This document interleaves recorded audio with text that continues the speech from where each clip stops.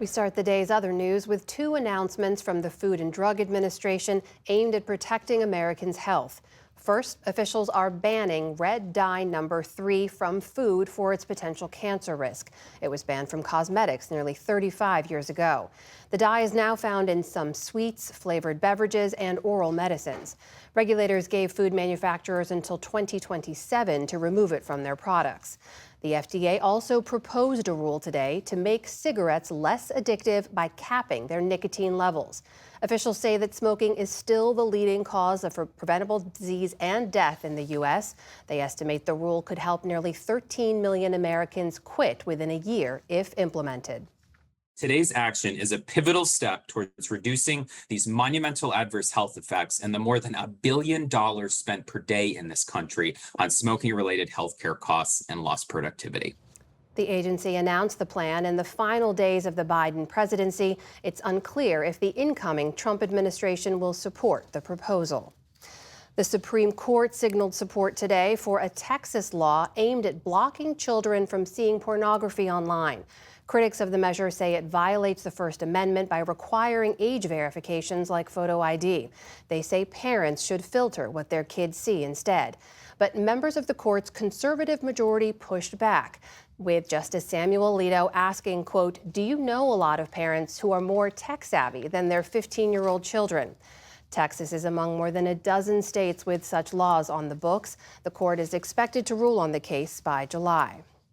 In South Africa, police abruptly called off a rescue operation at an abandoned gold mine where hundreds of people have been trapped underground. A rescue operation began on Monday, with crews pulling more than 240 people out alive, along with dozens of dead bodies. Just yesterday, the police minister predicted the operation would last until at least next week. The miners had been working the site illegally. Authorities first tried to force them out in November by cutting off their supplies. Civic groups said that left the miners at risk of starvation and dehydration. Rescuers will try one final sweep tomorrow. In Ukraine, officials say a major Russian missile attack forced authorities to shut down parts of its power grid today. There were no reported casualties, but energy infrastructure is critical during Ukraine's frigid winter months. Residents in Kyiv huddled together as they took shelter in the city's metro stations. Today, President Volodymyr Zelensky met Poland's Prime Minister Donald Tusk in Warsaw. Poland is Ukraine's neighbor and a major European ally. Zelensky said all eyes will be on Washington next week when President-elect Trump takes office. We are waiting. I think the whole world is waiting because the United States is a strategic partner in global stability. This is my opinion. They are the main donors supporting Ukraine in its war for survival against Russian aggression. We expect continued support for Ukraine. In the meantime, the Biden administration is ramping up sanctions on entities connected to Russia's war effort. The Treasury Department said today it's reimposing sanctions on 100 companies and institutions that had already been targeted and adding sanctions on 15 new ones. To South Korea now, where the nation's impeached President Yoon Suk-yeol is now being held in detention. He was taken into custody early on Wednesday, becoming the country's first ever sitting president to be detained. Investigators are looking into whether Yoon's declaration of martial law last month amounted to rebellion. In a video message recorded shortly before he was taken into custody, Yoon blasted his detention as unlawful. I can't help but feel it is deplorable to witness the way these truly illegal proceedings are being forcibly carried out.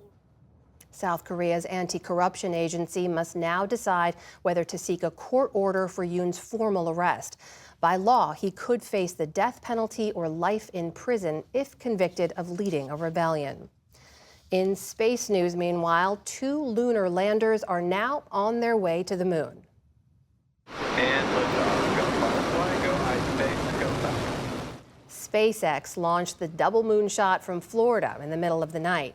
The landers shared the first part of the ride, but peeled off on separate routes about an hour in. One belongs to the U.S. company Firefly Aerospace and is expected to arrive in March. The other belongs to the Japanese company iSpace and is supposed to get there by May or June. If all goes well, they'll gather samples and carry out tests to help with future moon exploration.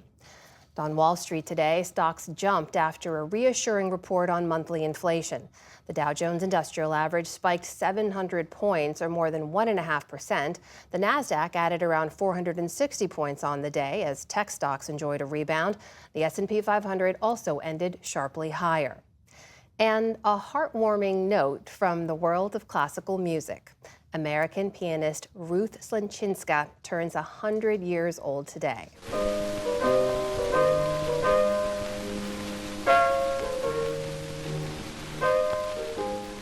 That is her playing Beethoven's Minuet in G major as a 5-year-old child prodigy back in 1930. She's believed to be the last living student of Russian pianist and composer Sergei Rachmaninoff.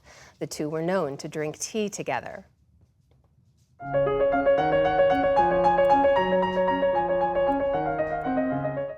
Slemczynska was still going strong well into her 90s. She recorded her final album in 2022 at the age of 97.